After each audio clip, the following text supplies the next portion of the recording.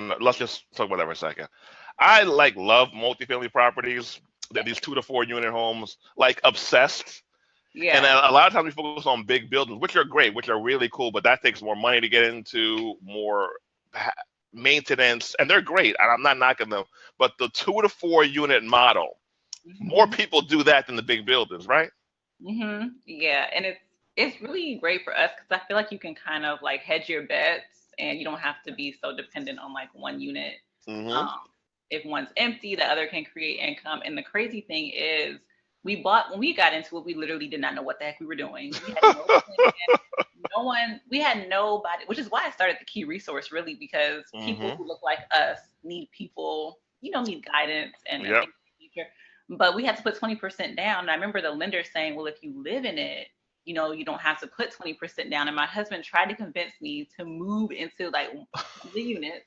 And I was like, I'm not giving up my big house and my garage and like living in this apartment. So you had the single family house first, the backyard, all that good Baltimore D and C, D and B living, Mhm. and then you guys got into the multi. Okay, got it, got it, got Yeah, and so we bought that, but we borrowed from our thrift savings plan to be able to afford that 20% down, which a lot of people don't know they can do, which was great. But if I had the foresight, like, you know what, that short term sacrifice for the long term goal, we may have just moved in there, put a lower down payment, which is it. what we ended up doing for our 4 unit. We house hacked You and house lived in hack. it. Hmm. Nice. Okay, so you got the single family house that you guys were living in, then the duplex that you didn't move into, even though your husband wanted you to move into it. You didn't want to do it. Yeah, Did you apologize to him? I did. He's right. I told him he was right. Good stuff. Yeah. So that was your first two properties. What was your third? So the third was the fourplex. So what we did was we moved out of our single family house into the fourplex. So we rented out the single family. We had the duplex going. We had one on Airbnb, Ooh. one, with the long term tenant. We moved into the fourplex with our other three tenants in the building, which is a whole other experience. Have you ever done that before? Have you house hacked?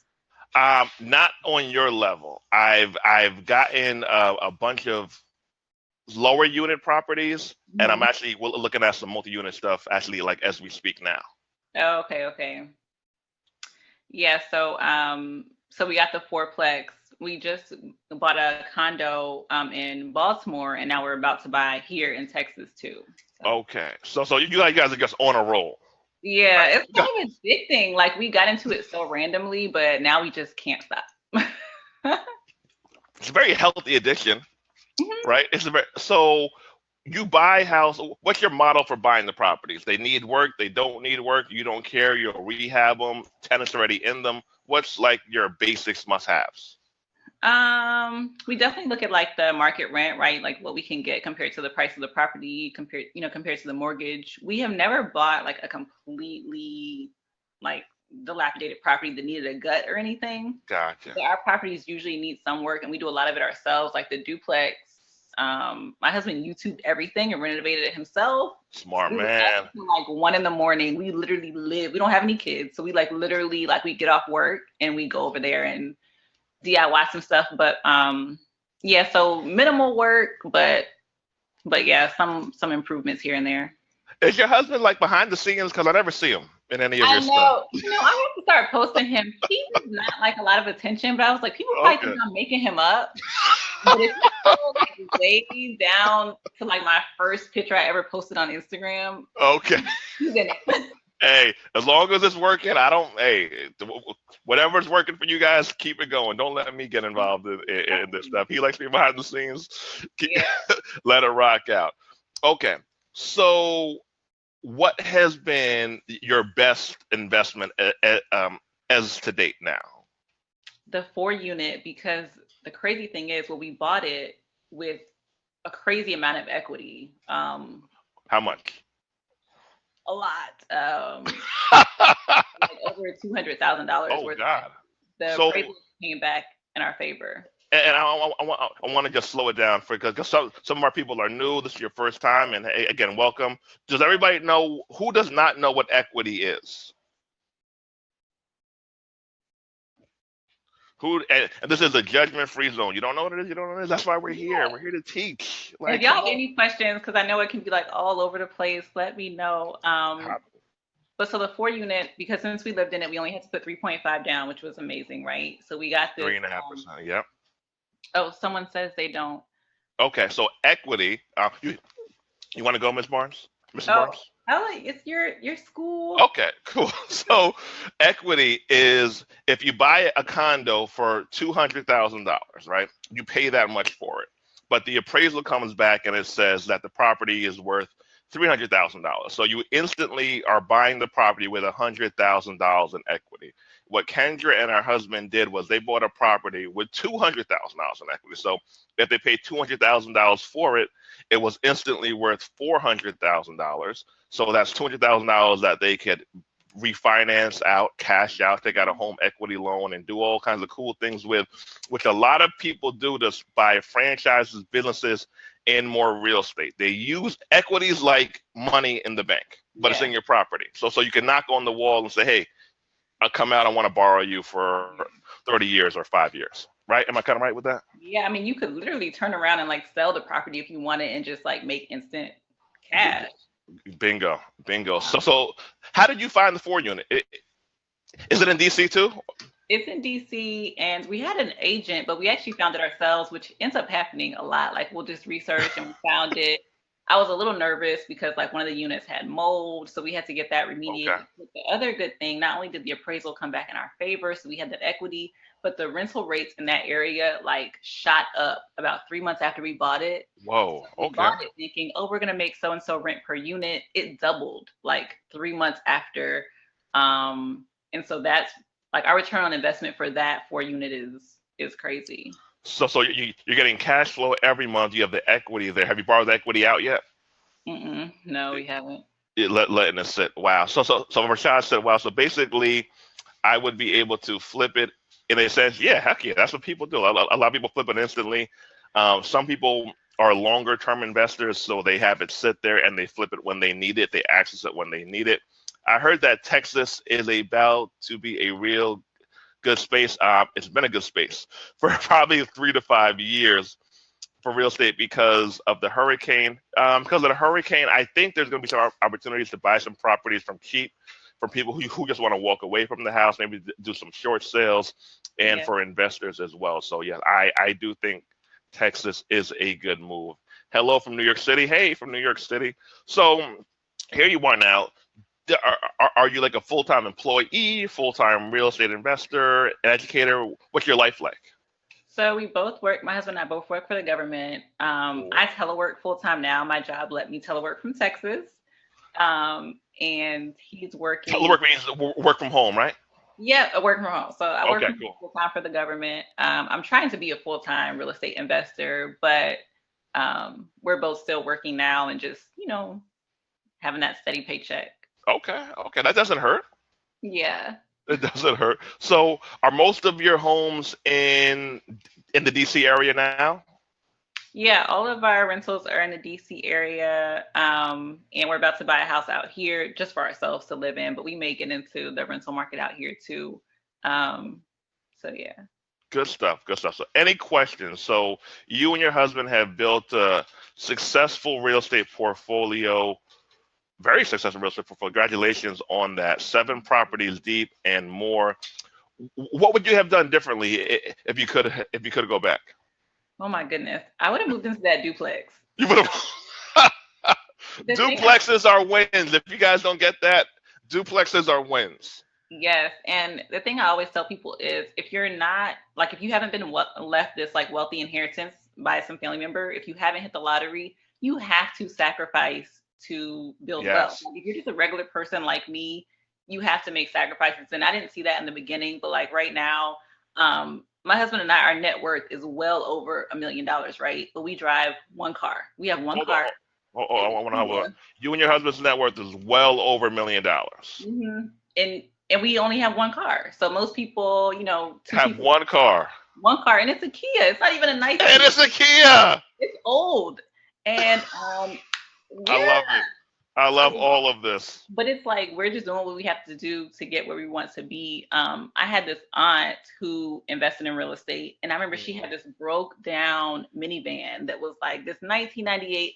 She just got rid of it last year. She's a millionaire, well Wow. into the millions, right? Wow But to she the was driving million. this broke down van because she was working her, making her money work for her. So I tell people all the time, definitely.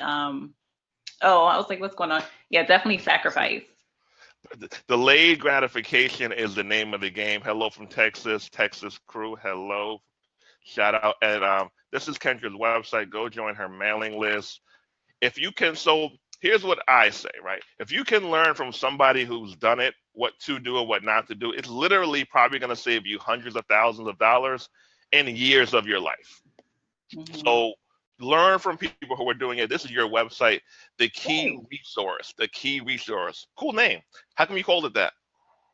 I don't know. It just came to me. I thought it was catchy. I really wanted to be like a resource for, Black millennials. And I want to help people get the keys, like the literal keys and Oh, figurative the keys. keys. Yeah. Keys.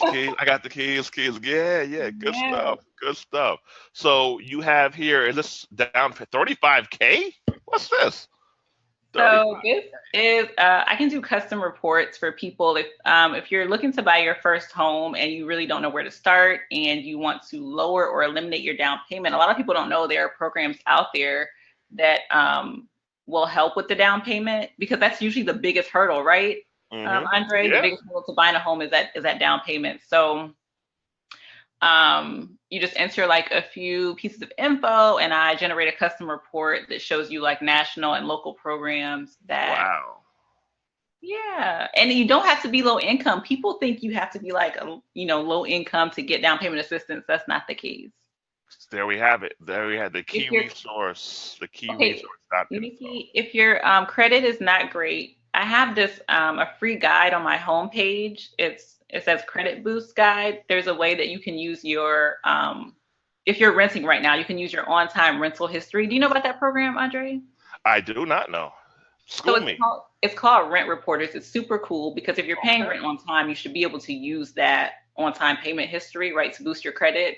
But it's not automatic. So you pay like I think it's $40 for this company called Rent Reporters to report your on-time rent payment history to TransUnion. Nice. TransUnion then uses that, and people that like I have friends and family that have used it, and they've seen their credit score go up like 40 to 60 points. Yeah, that's a win. Hmm. Another thing, Nikki, there are programs that will work with you if you don't have great credit, like NACA. I don't know if anyone here has heard of NACA. And the really Heard cool thing NACA. about NACA is not only is there no down payment, but but you can also buy multi-units. So There we have it. And here's the cool thing about multi-units is the bank usually counts the rental income as part of your income to help qualify you for the loan. So if it's a 4 unit like Kendra has, who's bossed up, and each unit rents out for $2,000 a month, the bank will count part of that $2,000 from each unit as part of your income to help you qualify for the loan. So yeah. that's why I'm a huge advocate of multifamily homes. I have a lot of debt, and I'm still a college student. With the limited credit shit, I try to get a down payment before I try to invest in a property. I would always look up and do research on grants. So here we have Kendra here who has the grant workbook thing, and this is how much, Kendra? It's $27. $27. Yeah, that's a steal. Mhm. I'm saving my clients like well over $10,000. Yeah, okay. So spending 27 to possibly save 10, like that's a win where I come from. I think that's the win where you come from too. Yeah, Yeah, I'm about to hold on. That's not the link. Let me oops, hold on 1 second. Okay, so I think there was another question. Did you answer that one already, Tiny, about the credit card? no. I didn't see that one. I mean Yeah, the we have 105 people in here, guys. So we will oh, try to get to all of them. Kendra's obviously popular out here in these internet investment streets. So we appreciate her time, and everyone join her mailing list. And please purchase the grant program guide. It will save you and your family members thousands of dollars. So make sure to subscribe to her mailing list and purchase the program. I want to get 5 purchases before we get off the call. 5. So let's do it. I'll be one of them. Okay. Are Okay. the programs income based? You heard it. Not most programs are not income based. Most programs are not income based. Some are, some aren't. But there are plenty of grants out there for people who have all types of different income Mhm. scales, which is why you need that guide. You need that guide. So people talk about credit. Are, are there ways to invest with no money down? Are there ways to invest with poor credit score? So here's what I typically say. You can raise your credit score usually in like 90 days to 180 days Mhm. if you put in a little bit of money and a little bit of work. You can hire somebody. I know some trustworthy credit repair agents. If you want the information on them, email me. I'm not sure if Kendra does that or if she knows any. Maybe you can contact her for that as well.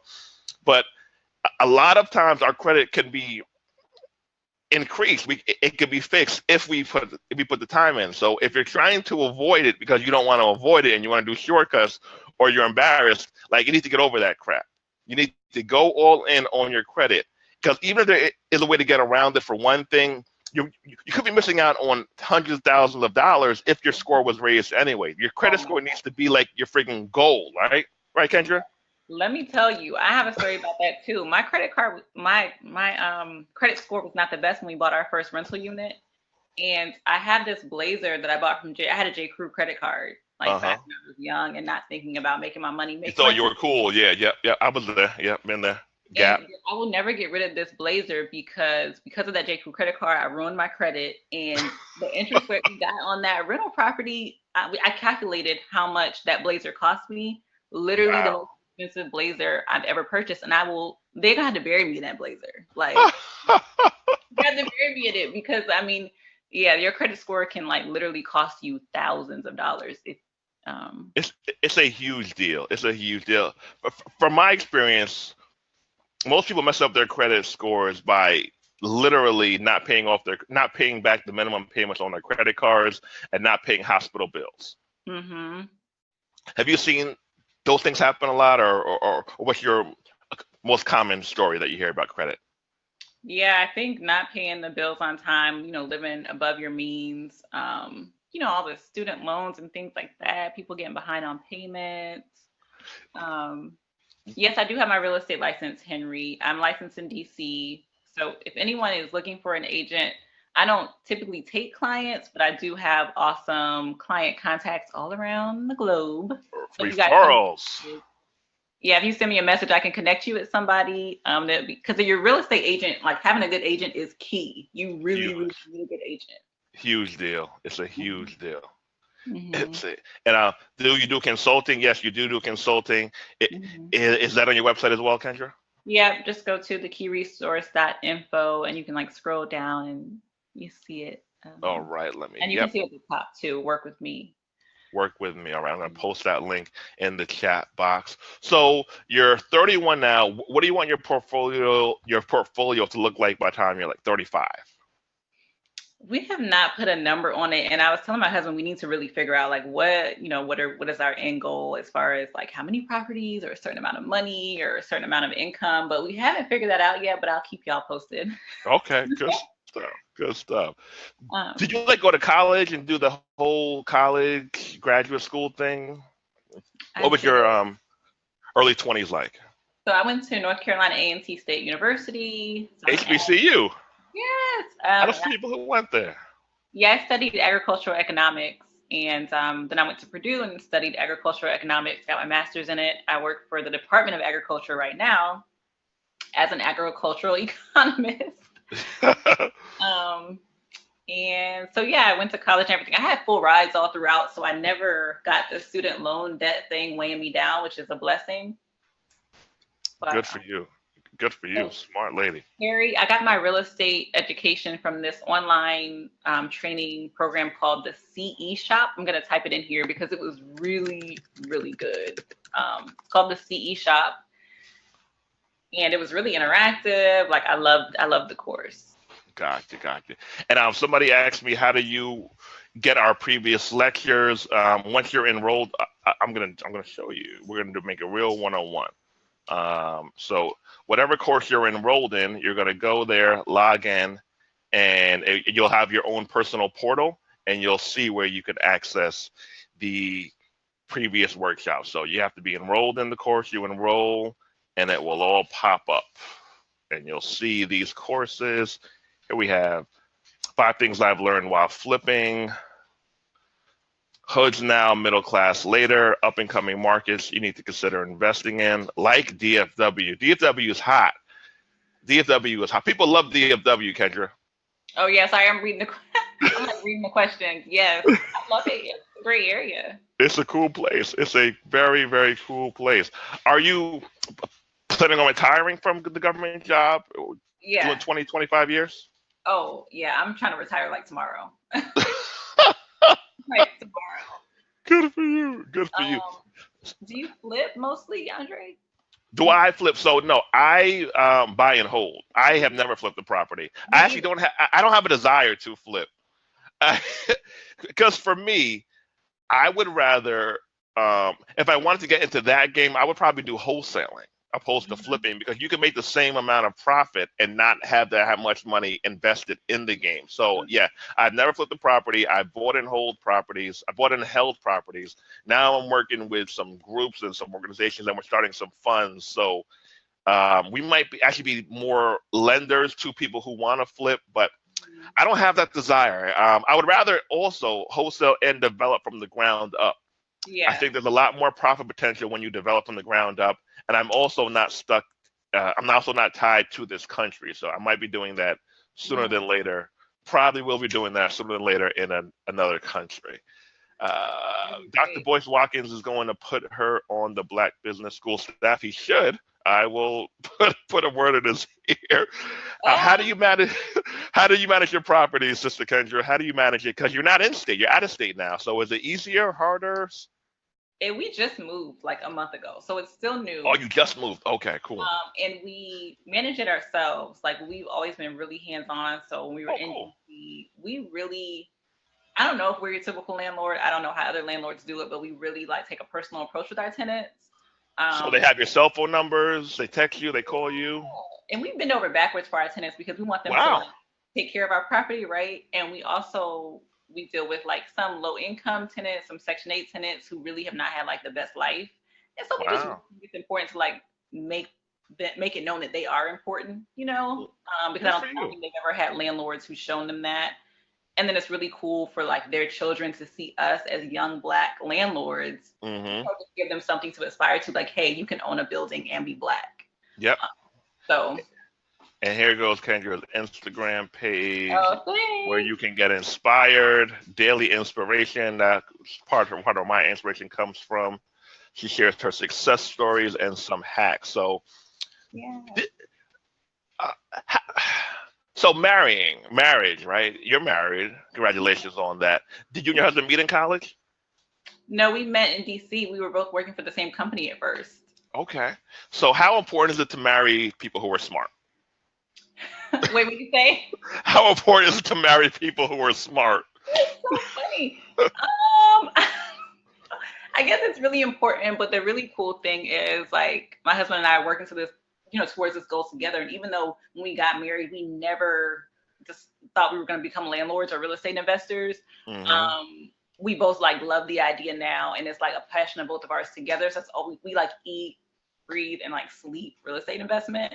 But we love it. Like, so it's really great that it's not like I came up with the idea and he was like, I don't want to do that. And now I'm stuck trying to, figure out where that leaves us. But you're equally yoked in terms of the investment game. Yes, it's so perfect. And there are times when he has a vision, like let's move into that duplex and save money. And I'm like, I'm not giving up my comfort.